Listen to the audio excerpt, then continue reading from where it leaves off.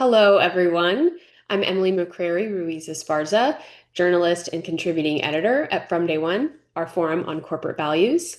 Welcome to today's webinar titled Elevating Employee Voice: How High-Performing Organizations Turn Input into Impact. For today's attendees, that's you listening right now, we have some complimentary VIP tickets available for one of our virtual conferences coming up on October 15th. That's about building and managing a global workforce, smart strategies for collaborating across borders. Here's more about that one. Most major corporations spread their work across regions and markets, yet face challenges of language, culture, laws, and distance. What solutions are talent leaders using to bridge these gaps? And which emerging technologies and leadership skills are helping managers support both workflow and worker well-being? We'll find out. I'm putting a link in the chat now to access complimentary VIP tickets to that virtual conference, including access to the whole day's activities. I hope we'll see you there. And additionally, for our Miami, Florida locals, you will have the opportunity to listen to Sean Overcast's thought leadership. You're about to meet Sean in a moment. She'll be at our Miami conference on November 18th. You can grab a complimentary ticket using the link that's being dropped in the chat now. So, today's session is titled Elevating Employee Voice: How High-Performing Organizations Turn Input into Impact.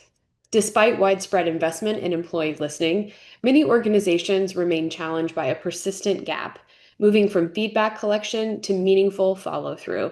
What distinguishes high-performing organizations that convert employee voice into organizational transformation from those that simply track sentiment? Based on insights from a cross-sector study of more than 100 organizations, this session explores how companies assess their voice of the employee practices. Today's webinar is presented with support from Explorance, and I'll tell you a little bit about them. Explorance empowers organizations with next-generation feedback analytics and AI solutions to accelerate, the insight to action cycle.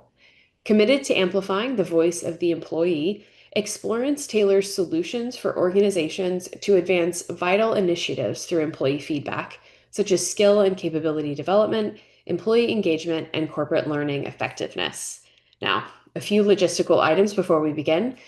This webinar is being recorded and will be available on demand soon after the event, so you can look out for an email in about 24 hours with that link. The same email will have information on how you can get professional development credits for this session from SHRM and HRCI. And look out for a written account of the conversation on our website, fromdayone.com. Around 45 or 50 minutes into the webinar, we'll have a Q&A session with our hosts. You can submit your questions anytime using the Q&A button at the bottom of your screen. And remember, this webinar is designed to be of service to you, so please send us a question and we'll do our best to respond to all of them. With all of that said, let's get started and meet today's speakers. We're joined by Sean Overcast, General Manager of Enterprise Solutions at Explorance, as well as Peggy Parsky, Principal Consultant at Explorance. Sean, Peggy, welcome. Thank you. Thanks, Emily, and thanks to everybody for joining today. Peggy and I are excited to bring to you some of the data that we've been capturing through the research and survey that we've been doing, but also to share with you our experiences in employee listening and in defining the transformative power of employee voice. At Explorance, the courageous act of listening, analyzing, and reporting is made possible with our suite of technical solutions. You can see our platforms, Explorance platforms here cover everything from data collection through advanced AI analysis. And what we'll share with you today is what we've learned about why employee voice matters and how you can use technology and a complete ecosystem of strategies to really turn employee voice into a superpower. What we know is that employee voice does matter, that listening helps us to drive things like productivity, like increased innovation, that in organizations where employee voice is listened to, innovation is empowered. We see that employee voice can result in increased retention, 4.6 times more likely to stay in an organization. And we know that it drives better customer experience, that when employees are engaged, when they feel that their voice matters and makes a difference, that it impacts not only their discretionary effort and productivity, their desire to stay, their ability to innovate, but also impacts our customers that they serve. Before we get too far into content today, we'd love to get a sense just for those of you that are joining the call, so we could tailor some of our experiences and some of the data to your particular place in your journey of employee listening. And so on your screen, you'll see a question. We'd like you to pick the one that fits you best.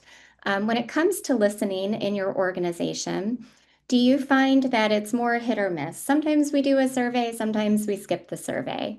Or perhaps you have a regular cadence of an engagement survey, but really nothing beyond that, that the engagement survey is the listening milestone. Perhaps you're in a place where you've got varied feedback processes. Different departments run different surveys, but there's not necessarily a cohesive approach or an organized strategy for the whole of the organization.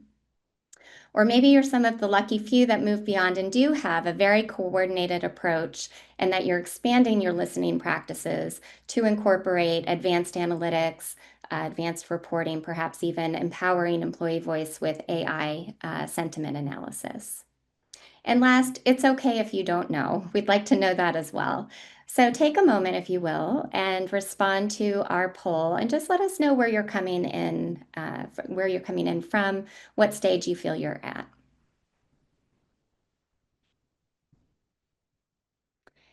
And let's see, good. We've got some are hit or miss. We've got some that are starting, about a quarter of us starting. We've got engagement surveys, but really nothing beyond that. A good portion of the group, a little bit more than a quarter, a third of you have varied feedback processes, but no cohesive approach. So a lot of activity perhaps going on with listening, but not yet a cohesive strategy. And then a handful of us just aren't real sure what's going on in the organization, which might be a data point for us as well.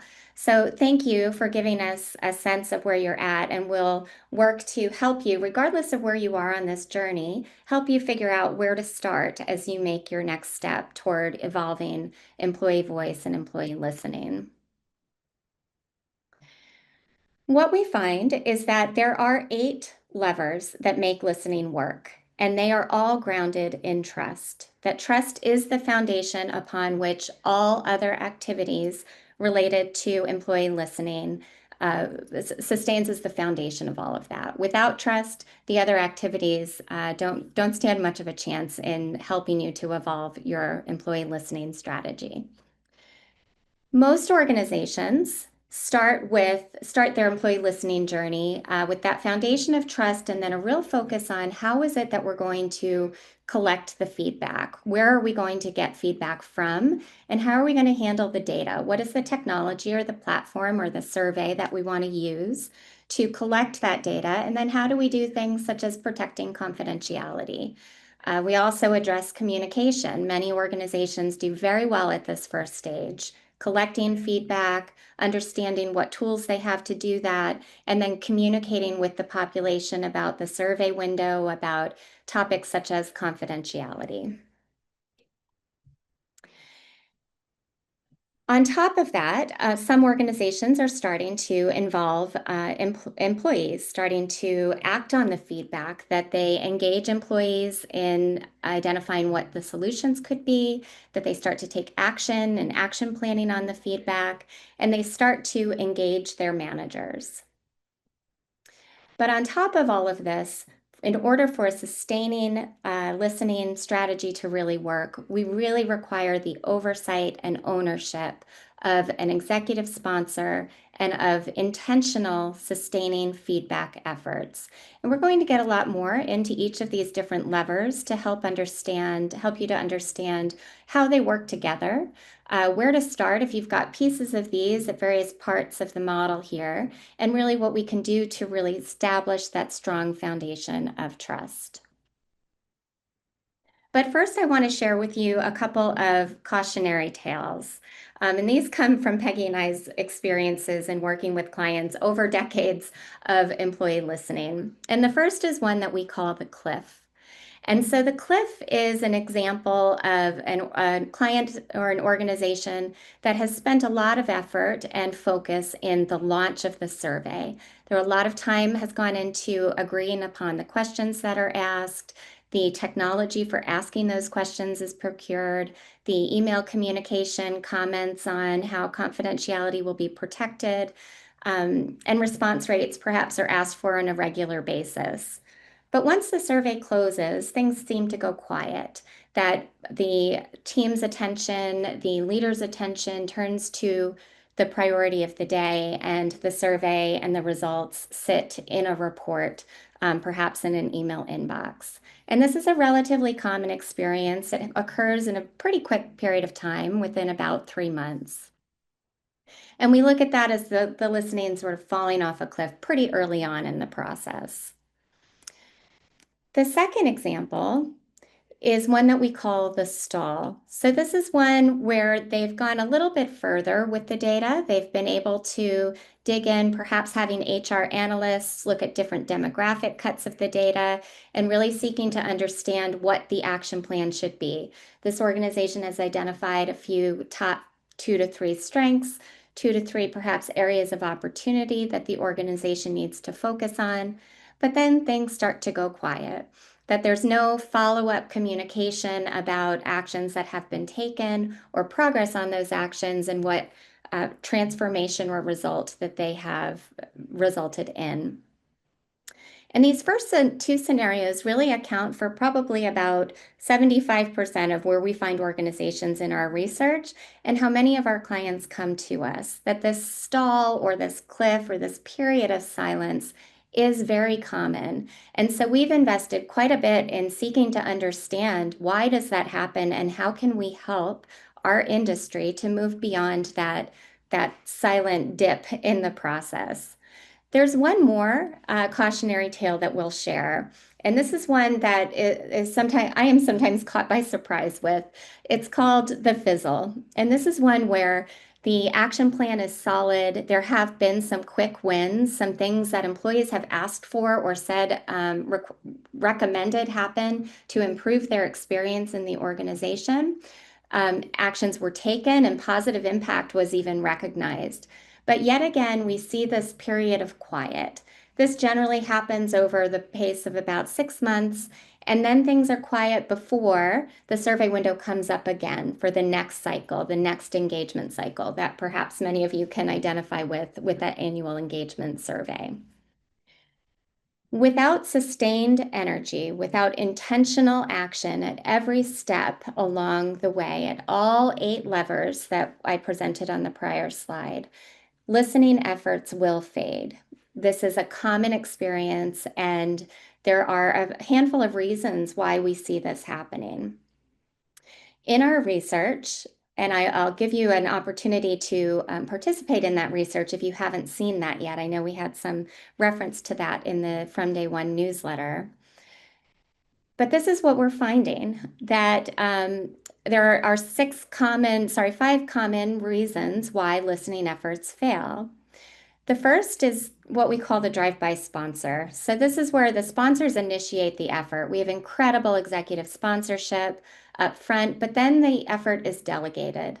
That perhaps the sponsor reappears when data is needed to inform a priority or a budget or a communication to the board, but our sponsor doesn't stick around throughout the entire end-to-end process. We also see a listening disconnect between what leaders ask for and what they follow through in communicating as far as what employee voice has done to inform decisions. That we're asking for feedback and then we're taking action to make change in the organization, but there's no connecting of the dots to show people that it was their voice that led to that change. We looked at the fizzle on the prior slide. What we see is that there's fireworks and then there is this fizzle, that resources dwindle once we've got the upfront effort and a lot of energy and attention around the survey initiative, for example.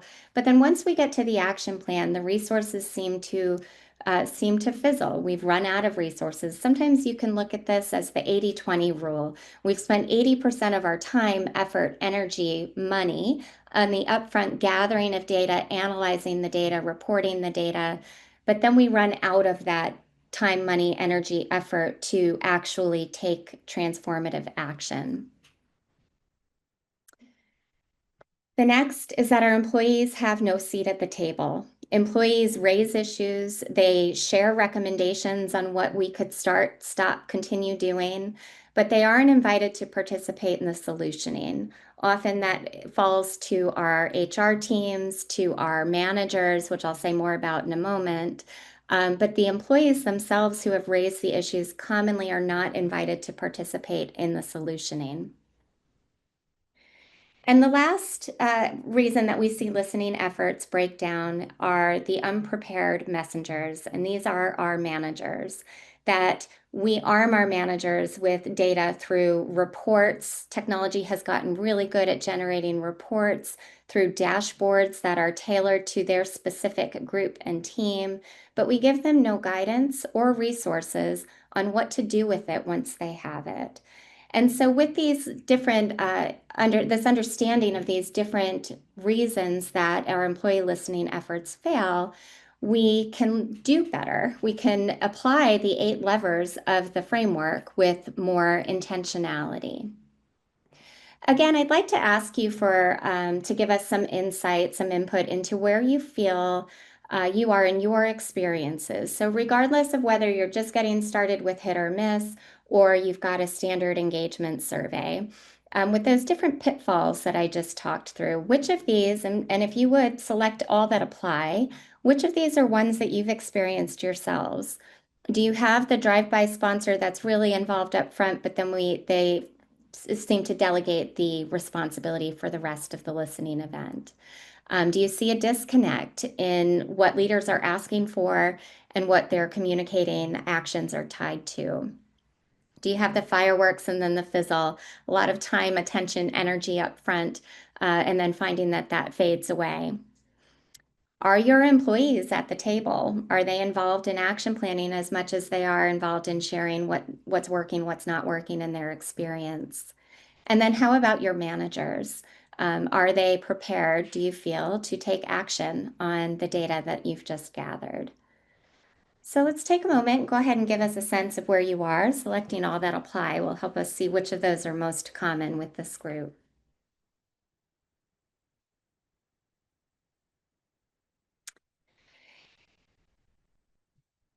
Okay, so we've got the fireworks and the fizzle seems to get quite a bit, that we have a lot of energy, effort, great intent up front, and then things seem to fall off. I'm going to show you why and where that happens here in just a moment.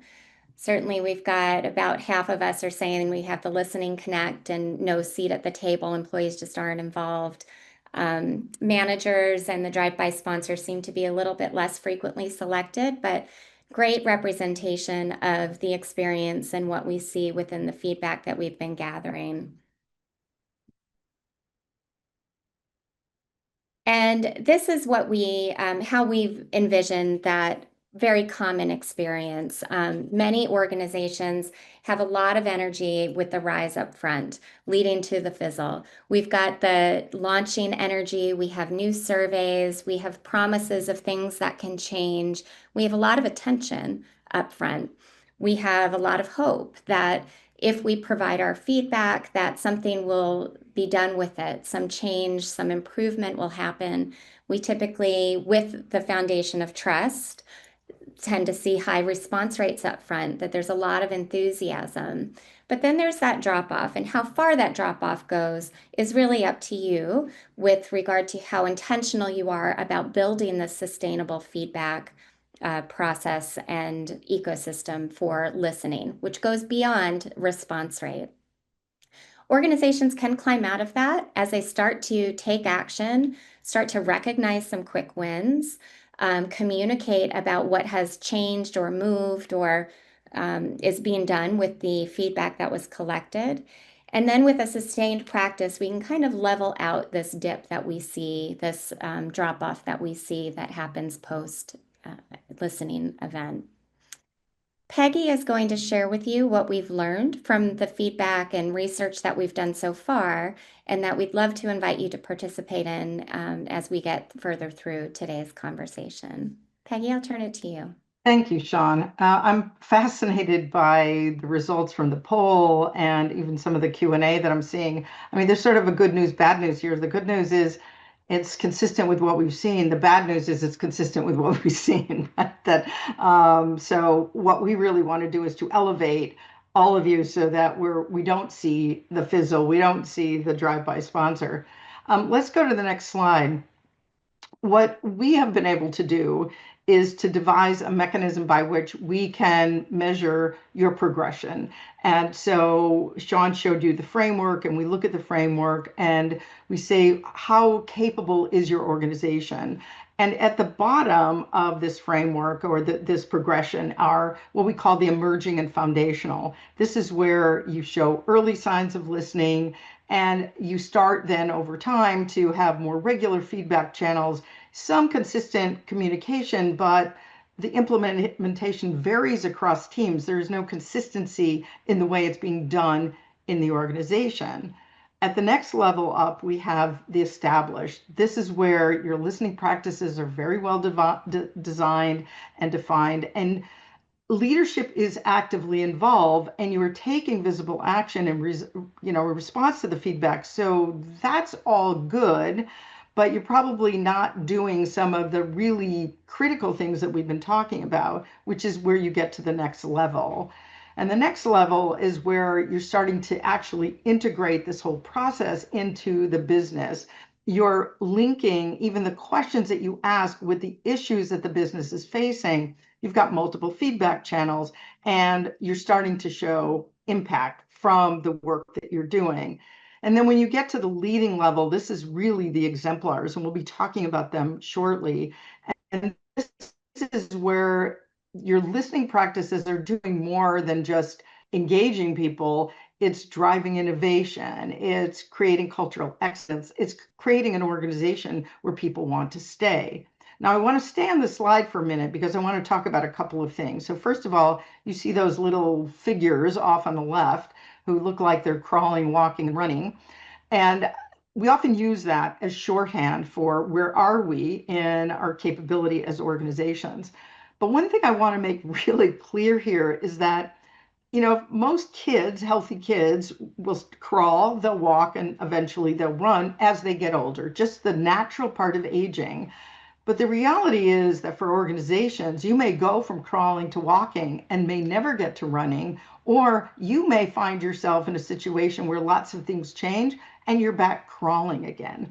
I started to look up when organizations started to do these kinds of processes, and we have been doing listening for 50 years. It started in the 70s with satisfaction surveys when organizations want to know, hey, where are you happy?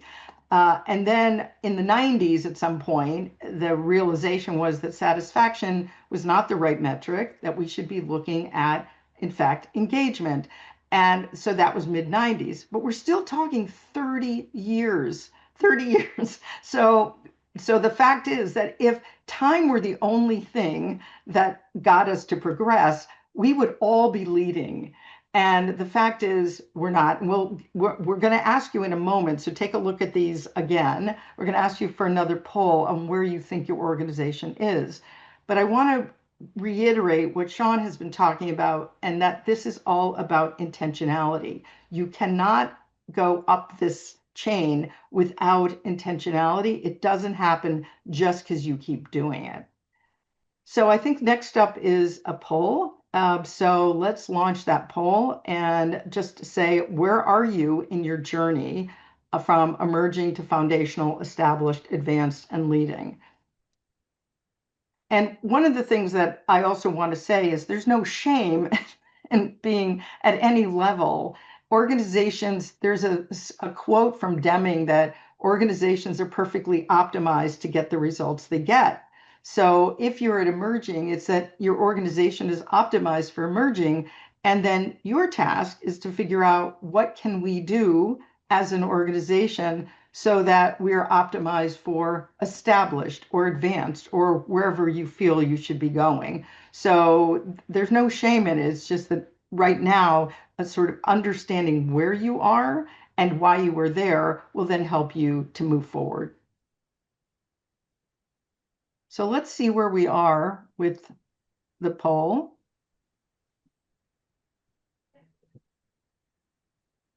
There we go. So we have, oh, interesting. So we have 22% of you at emerging and 32 at foundational. So between those two, we're at, oh, this is going to be very interesting. 54%. Keep that number in mind. And you've got 46% at established and advanced. Wow. Okay, thank you. That's very interesting because let's go to the next slide. Our data is exactly the same, not necessarily distributed exactly, but let's advance one, Sean, on this. What we found in our data was that 46%, just as you have said, are at established or advanced. Now, in our data, we didn't have anybody in this particular cohort that we're looking at that was leading. So we're looking at sort of that higher level. But what we were seeing is that less than half are at the established or advanced. And when we look at these percentages, now these are top two box, and this is where they were indicating whether or not they were sort of exemplars or just below the exemplar level. And these are numbers that say that they're still pretty low. So the range of those scores was 22 to 58%. And when I look at a healthy score, I look at 75%. So there's still, even the established and advanced are still struggling with a number of things in employee listening. And if you look at the emerging or foundational, those numbers are even lower, from 0 to 14%. And if you also look at what are they doing well versus what are they not doing well, they're really focused on feedback channels or managing and handling feedback data, but not doing well on those critical elements that Sean talked about with employee involvement and acting on the feedback. So I want to dig into that a little bit more. So let's go to the next slide. So what we've seen, and I think this is interesting, and I would be really interested in seeing if you can put a comment even in the Q&A, is that when organizations are in their early part of their journey, listening is viewed as a technical problem, and we focus on the mechanics. What's the survey? What are we going to put into the survey? What are the things that we're going to be doing for the launch? What's the tool that we're going to use? What is our communication about it? What are we going to do to make sure response rates are high? Sean alluded to that, where we put a lot of energy in making sure that, anybody who can is going to respond to the survey. And there's a focus of what we saw in our data on the optics of asking for input, about how important it is. Your voice matters, right? How many of your organizations have used that as your mantra when you're doing an engagement survey? And then there's some infrastructure. And by infrastructure, I don't just mean the technology. I'm also talking about the leadership, what we're doing to support managers, how we're engaging employees. Some of that's going on. But the big challenge, as you've seen and as we've already heard sort of from your scores and what you put in polls, is that execution and follow through is a challenge. Feedback from our cohort is experiences episodic. That is, I don't know if you're going to repeat the survey. I don't know when you're going to do it again. You've done it. You said you're going to do it, but you haven't. I've worked with one client who made a commitment that they were going to do one survey, and then they were going to do pulse surveys following it, and they delayed the first pulse, and now they're delaying the second pulse. And no matter what kind of conversation I have, they're not prepared to do it. So there really was no intention, back to that word, of making it a consistent process. And so it's not surprising then, when you have that happening, that employees are skeptical that their voices matter or that measurement is making any difference to their lives whatsoever. So this is really where these organizations are, despite some being at a more advanced level. So I want to show you this slide. Let me explain. It's a little bit complicated to look at, but there's two dots on every line. There's a gray dot and there's a blue dot. And the gray dot are the lower capability organizations, those at the emerging and the foundational level. The blue dot are the advanced and the established, so the more capable organizations. And those percentages are the percent favorable for each of the levers that Sean talked about earlier. So a couple of things that I think are worth noticing. If you look on the bottom, feedback channels, managing and handling feedback data, communication practices, there's energy being put into those. Obviously, the more junior, the early adopters here are still struggling a bit, but the more advanced and established are putting a fair amount of energy into those. What's interesting is if you go to the very top and we look at leadership support and sustaining feedback efforts, the advanced and established still not where they want to be, but they are putting much more energy there than certainly those people who are at the bottom, the emerging and foundational, who are looking at this as, again, it's not part of the mechanics. It's not a technical problem. Whereas once they've moved into the advanced and established, they're seeing how important that is. But the piece that's still nagging at us as we look at this data is we still see low scores for those things that can make the difference, the things that can actually be critical success factors, supporting managers so that they know what to do with the data, acting on the feedback, and making sure that employees know you're doing something with it, and involving the employees in determining what the solution is. I want to talk about that one for a moment before we move on to the next slide. I have a client that I've worked with, and what they did is they did it's a small organization. They're about 150 people, and they did an engagement survey. And there was some ambiguity of what the results were telling them. When we married up the quantitative and the qualitative, it wasn't quite certain what the employees wanted. They wanted more feedback. They wanted more dialogue with their manager. They were sort of alluding to the fact that maybe they would want some sort of a performance management system, which didn't exist for them, but it wasn't clear. And so what the organization did immediately after they got the results is they launched a series of about 10 focus groups with different demographics and different parts of the organization so that they could get a cross section. And I was part of those focus groups, and I could hear the individuals talking.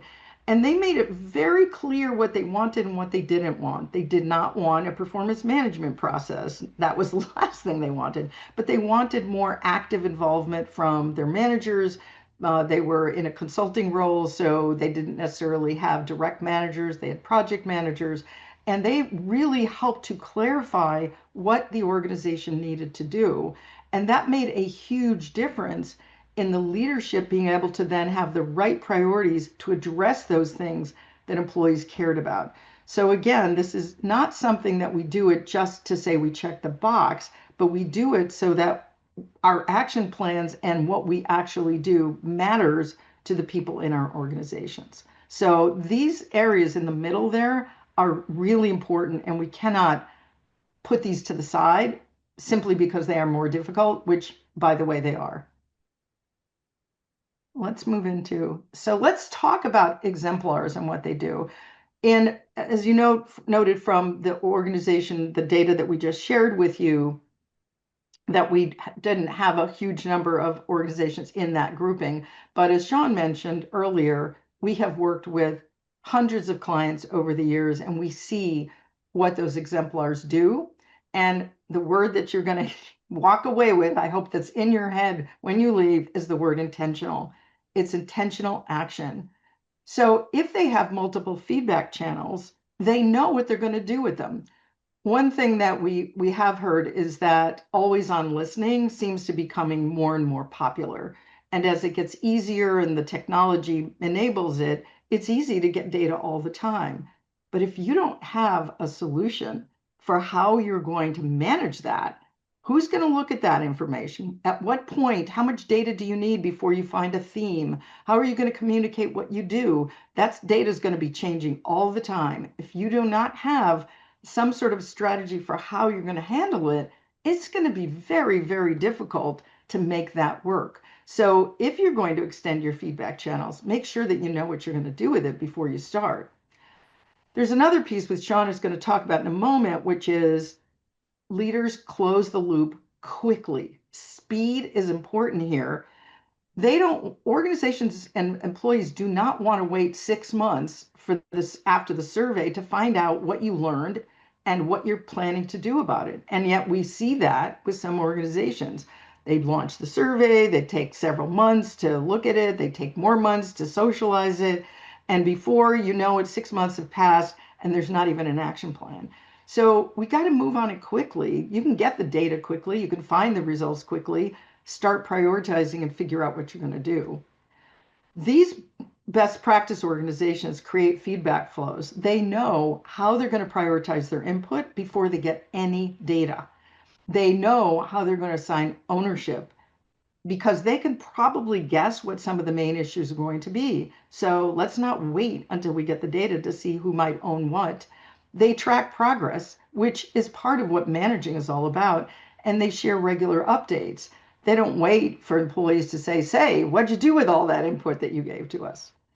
And then last but not least, they sustain the feedback loop because this is really a rinse and repeat kind of thing. So you do the feedback, you take action, you communicate, and you repeat it. And it is not a one and done. It needs to be part of an everyday behavior, whether it's coming from a survey or it's coming from your own team.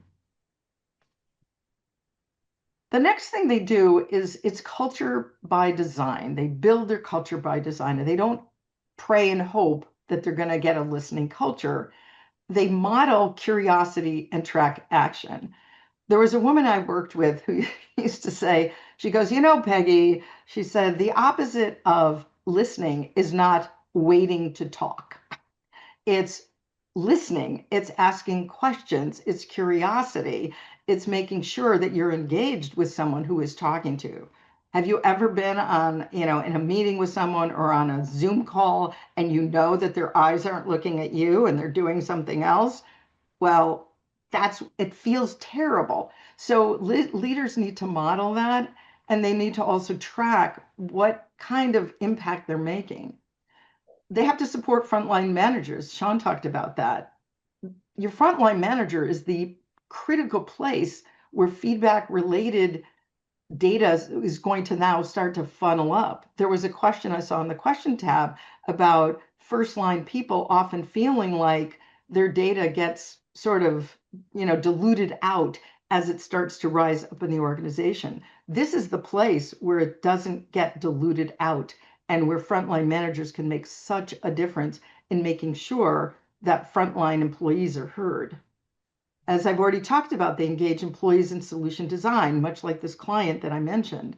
You're not going to be able to do it with everything, but pick your battles, identify where it's really important to get their insights so you don't build the wrong thing. You don't take an action that is really not what they want at all. Sean mentioned also that at the beginning, this is all built on trust.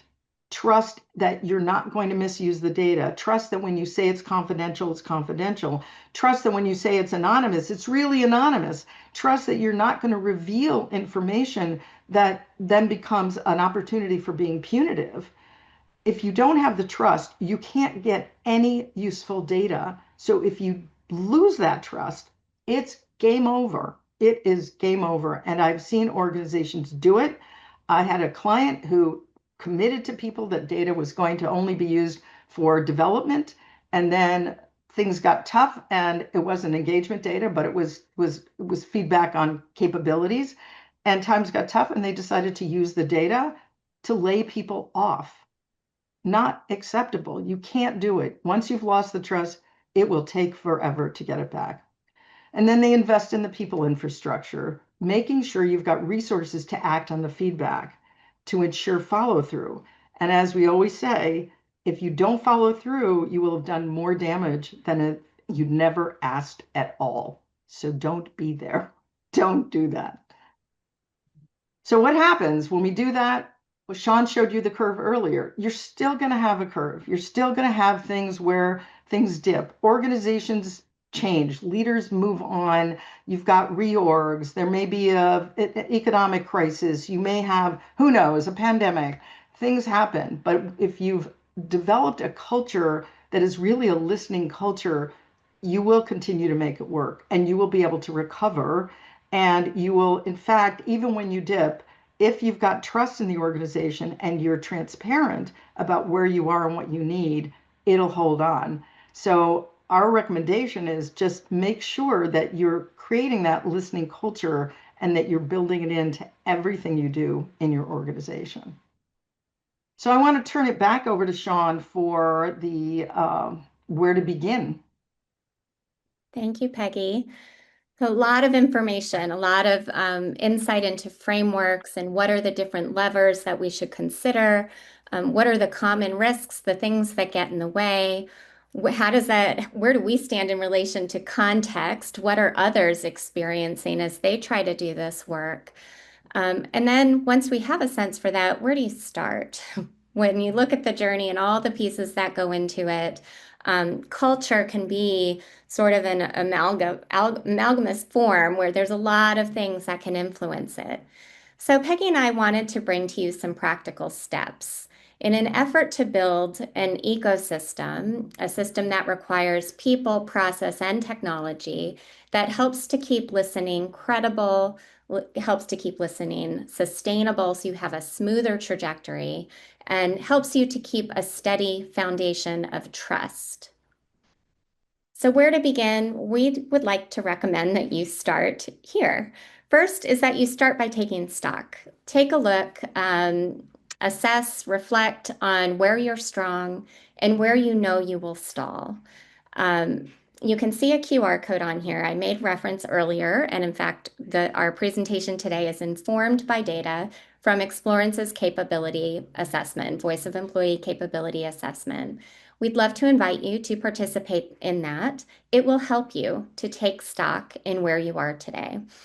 Going back to the different levels of capability that Peggy walked us through, this assessment will give you a sense on whether you're emerging and what that might look like, but also further guide you on what are the things to do if you're at that stage of capability. What are the KPIs to pay attention to? What are the tools or steps that you need to take based on where you are?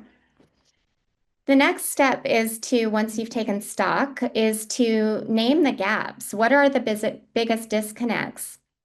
Is it leadership involvement? Is it the ability to take action and just the muscle memory of your organization to be able to take action that is informed by data? Is it your ability to sustain, or do you feel that in your culture it's one of more blowing out the same candle year after year? That would be evidence of difficulty in sustaining process and practices. Once we have a sense of where we are and what our gaps are, and we can see them very clearly, it's easier to set priorities. What are the one or two things that you can do today to start to make progress in building whether it's at building trust in your organization or building a more sustainable listening practice?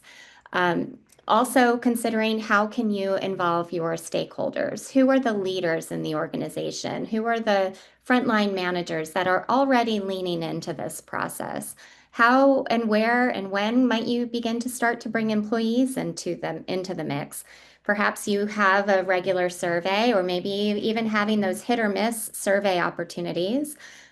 You have a way to engage your employees to ask them to be part of the solution in strengthening your system.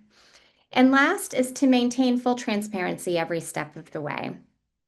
That will help you through this process of building capability, building sustainability, and building trust. If we know that it will take 6 months to get to change, Peggy, I think you shared a great example of going through the survey process takes 3 months, and then we know that we have to review the results, and then we know we have to socialize them. If it will be 6 months before we can come back with an action plan, let's communicate that it's going to take us 6 months. We're new to this.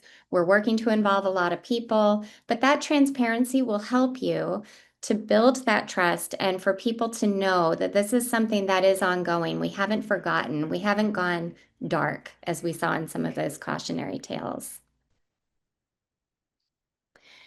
And then this is a saying that we say quite a lot, but that is to begin with the end in mind.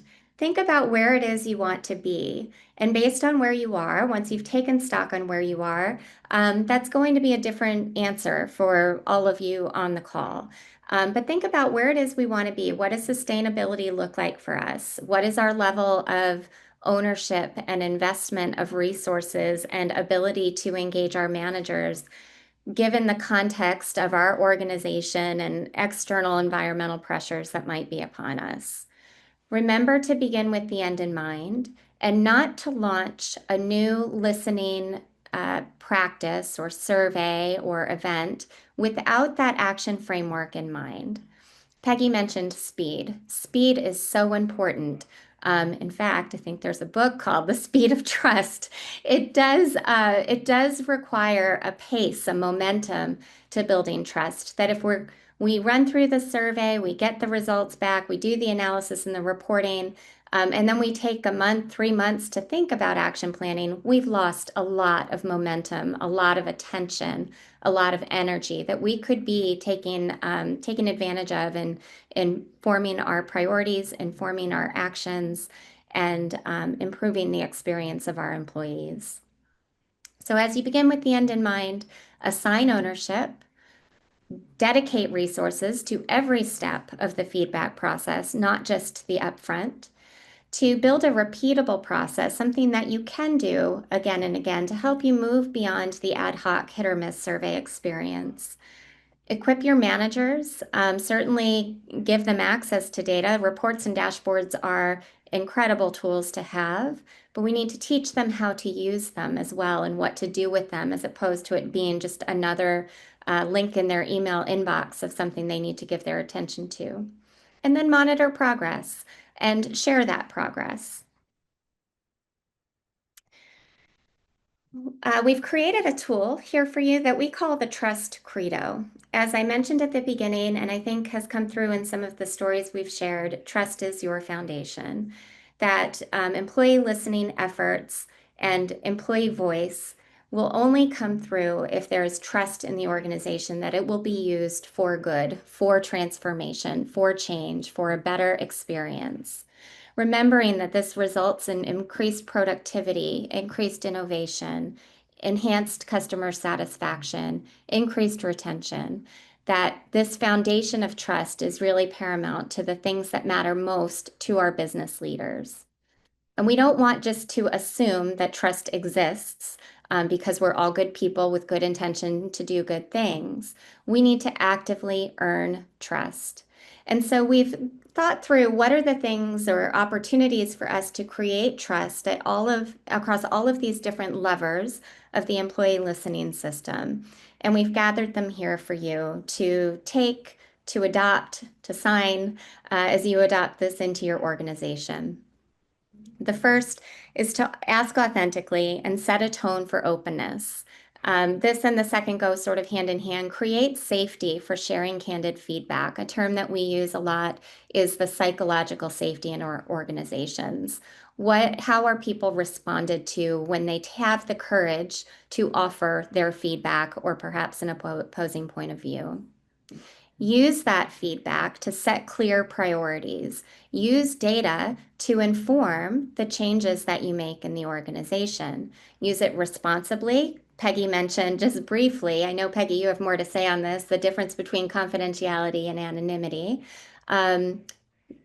With whatever you propose to the organization, use that data responsibly in the way that it was intended and make change visible. Share your actions transparently, including your limits. So we know that sometimes we get feedback in these listening events that we're not prepared to act upon. And that this is where transparency is your friend to inform that we've heard you. We know that this is a topic of importance, but we're not able to take action on that at this time. For any number of reasons. So to share the actions you're able to take, but also to share the limitations and to show that voices matter.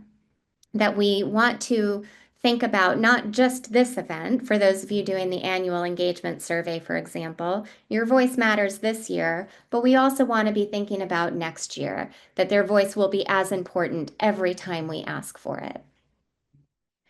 And so, in summary, four key takeaways for you. Act with intention. Peggy noted intention was maybe the word of the day, that and trust. But to act with intention. And this is really where speed comes in. We want to have a plan for action, so that we can move quickly with speed and that we can support moving from employee input and employee voice to transformation in our organizations. We want to design a listening culture. We don't want a culture that just happens in spite of itself. Culture really needs to be designed, considered, intentionally thought of. And so, design a culture where listening is safe, where courage is validated, and where people feel that their voice matters. Use our eight lever listening framework. We will provide these slides to you afterwards and consider where you are, taking stock in where you are across all of those different levers. Where is the area to improve? So we're always incrementally getting a little bit more capable day by day. And last, to adopt the trust credo. We've given you some things to think about there and to bounce against all of your employee listening efforts. I'll leave you with just this last piece of today we've shared with you some of our preliminary data, but we'd love for you to be a part of it, to contribute to this piece of research, and so that we can continue to bring that to you with more findings about what are the steps that exemplar organizations are taking, what are the specific things that you can do to continue to build capability and sustain that capability. So this again is a link to Explorance's capability research assessment. We've seen the pitfalls, we've seen the path forward. Elevating employee voice is not just a project. It doesn't have a beginning and an end. It's a practice that we need to build skill, muscle, capability for in our organizations. And so we'd love for you to be a part of that conversation. We will be continuing this dialogue. Our next opportunity to connect in person is at Gartner later, actually at the end of October. If you have plans to attend Gartner, I hope that we can be introduced to one another. And then Emily, at the start of our time today, noted the live event that From Day One is hosting in Miami in November. That again, would love to continue the discussion. Peggy and I are delighted to stay and answer any additional questions that you might have. I know we've got a good group that have been sent in today. Emily, with that, I'll turn it to you. Yeah, you certainly do have a lot of questions, a lot of them really specific. So we'll get to a handful here in the few minutes we have left. I like this question from an attendee who asks anonymously, how much detail should companies share about what feedback was not acted on and why? I can weigh in because I actually have a client that I've worked with who had a lot of feedback on things that they were not prepared to act on. I think this goes back to the transparency and the trust that we talked about. Mm. If you can't, if you cannot address the fact that there are certain things that you're not prepared to change, people still get it. They understand that they're not everything can change, but I think the important part of it is to say, look, you asked for more transparency about how we select people for projects. We're not prepared to do that at this moment, and here's why. And this is the consequence of doing this, and we've chosen not to for this reason. And I think the only way you build trust is by being really crystal clear about what things you can or will not do and why you won't do them. And I think that the more transparent on those things you are, the better. Okay. You have a question from an attendee named Jennifer who asks something very specifically. Jennifer writes, my company is very used to surveys. However, we're acquiring a company that does not engage in employee listening. What are quick ways to build trust quickly with that new group? Sean, you want to take that one? Yeah, this is also an experience that one of my clients that I'm working with is having. They have a really strong listening culture. Employees trust the process. They have seen change happen as a result. And Jennifer, maybe that's the experience you have. But the company that they are acquiring from have I suppose I'll say opposite experience where feedback was used against them, if you will, and it's been a very difficult integration. And so, what they've done there is implemented a very strong communication campaign months prior to the next listening event. In this case, they have pulse surveys and an engagement survey. I think this was prior to their annual engagement survey, but where it was a campaign of sorts where they shared changes that have happened as a result of employees giving feedback. They brought together, so talking about engaging employees in the solution, they brought together employees to talk about the upcoming survey process and to share with the employees that were being integrated into the organization. Almost as a matter of onboarding to this is how we do things and this is what results we have seen as over the years of sharing our voice. So, a little bit of an upfront communication campaign to help people to feel safe. It was very intentional and to enlist the employees in that conversation. Peggy, do you have any other examples or experiences? No, I think that's a good one actually, though. And the only thing I would add to that though is that sometimes if it's a new part of the business and they're skeptical, you might need, even if you use the same questions, to do it anonymously, to say this is the first round and we're not going to be asking for any identifying information because we just want to get a feel for where is the organization at. And that might be one way to start telling people we want your feedback and we're not going to ask for anything more than just your feedback. Yeah, that's a great ad, Peggy. And then one other thing I'd be remiss if I didn't say they were quick to follow up after the survey. So those that were new, the executives were not expecting a high response rate because they knew trust from that business unit or that new business would be low. So response rate targets were lower than say the rest that were attaining a 94% response rate. They expected that this might be lower due to that limit or lack of trust. And then as they came out of the survey, there was very quick and intentional communication back to ensure that people could see, we told you that it would be safe, and now we're telling you that it is safe, and this is how the feedback's being used. And trust is built over time. Okay, here's your next one. When you have various listening channels, all governed by different departments, what are the best practices for creating cohesion? Yeah, I saw that question come through and I've been thinking about it, Emily, since I saw it. I think there's a few things I would need to know before I could really answer it. The question would be, is everybody they may be using different channels, but are they using any consistent set of questions that are being asked? Because if they're using all sorts of different questions and they're all making up their own, you've got a different problem than how do we pull all this together?